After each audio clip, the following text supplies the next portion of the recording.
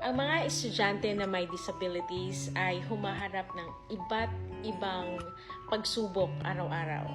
Kaya naman ang gobyerno ng Pilipinas ay gumawa ng isang batas bilang isang proteksyon ng mga kapwa mag-aaral nating disabled. Tinatawag na Instituting a Policy of Inclusion and Services for Learners with Disabilities in Support of Inclusive Education Act ang batas na ito.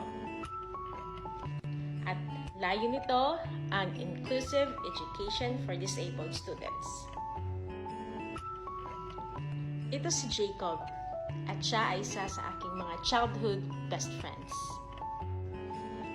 Siya ay isang deaf-mute at isa siya sa mga nakinabang sa batas na ito.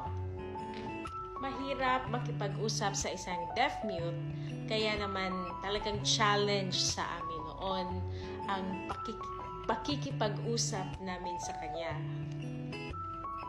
At siya rin naman ay nahihirapan na intindihin kami.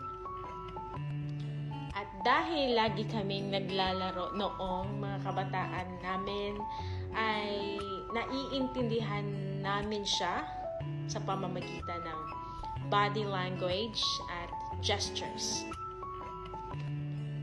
Nahihirapan man si Jacob sa komunikasyon, ay hindi ito hadlang sa kanya na magiging matagumpay sa kanyang pag-aaral. Siya ay nakagraduate sa Mandawi City College noong taong 2017.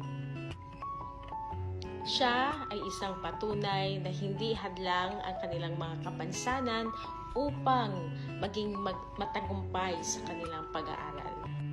Kaya isa siya sa aking mga inspirasyon ngayon na maging grateful sa aking malusog na katawan at pinapaalalahanan tayo na malalagpasan rin natin ang mga pagsubok natin sa buhay.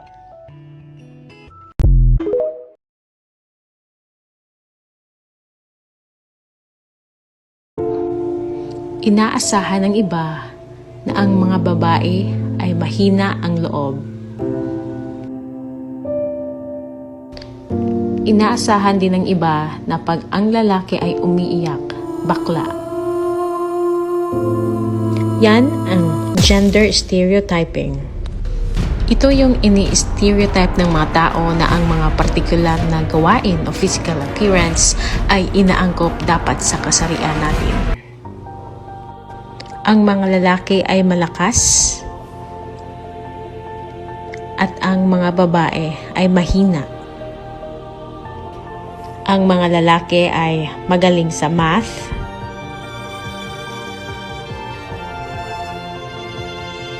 at ang mga babae naman ay magaling sa pagbabasa. Ang mga lalaki dapat ang nagtatrabaho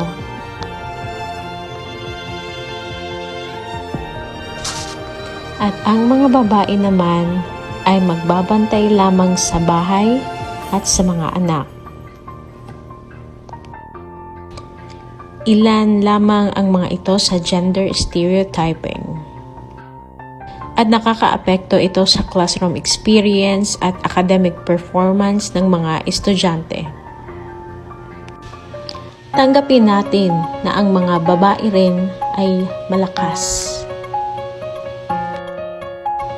At ang pag-iyak ng mga lalaki ay hindi nangangahulugang mahina. Tanggapin natin na pwedeng maging magaling pareho sa math at pagbabasa ang parehong kasarian o anumang kasarian pa ang meron. Tanggapin din natin na maaaring ang isang ina ay magiging provider at ang ama naman ay isang house husband. Walang mali sa mga ito, kaya tanggapin natin ang katotohanan. Stop gender stereotyping. Yes to gender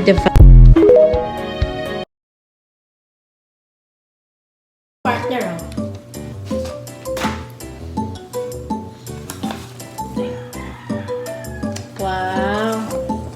Buti naman nakapasa ka na. Maganda tong topic mo, partner, ha? Pero bakit parang familiar siya sa akin? Parang nabasa ko to somewhere. Easy lang pala ang assignment natin. Pwede palang i-copy-paste lang galing sa internet. Partner, plagiarism yung ginagawa mo. What?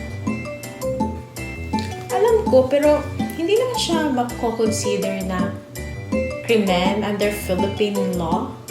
Diba? Hindi nga krimen.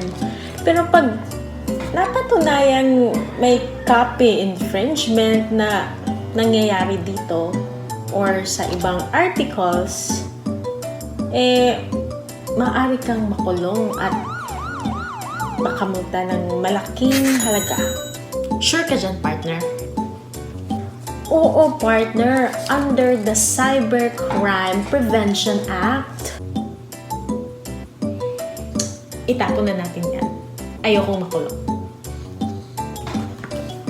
Next time, mag-ingat ka.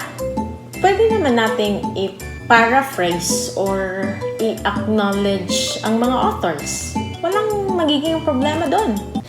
Naiintindihan ko na hindi biro ang oras at panahon na ginugol nila, tas nanakawin ko lang. Kaya di baling hindi masyadong maganda yung outputs natin. Basta yung mga idea dito is pagmamay-ari natin, di ba? Aral tayo ng mabuti para maging magaling.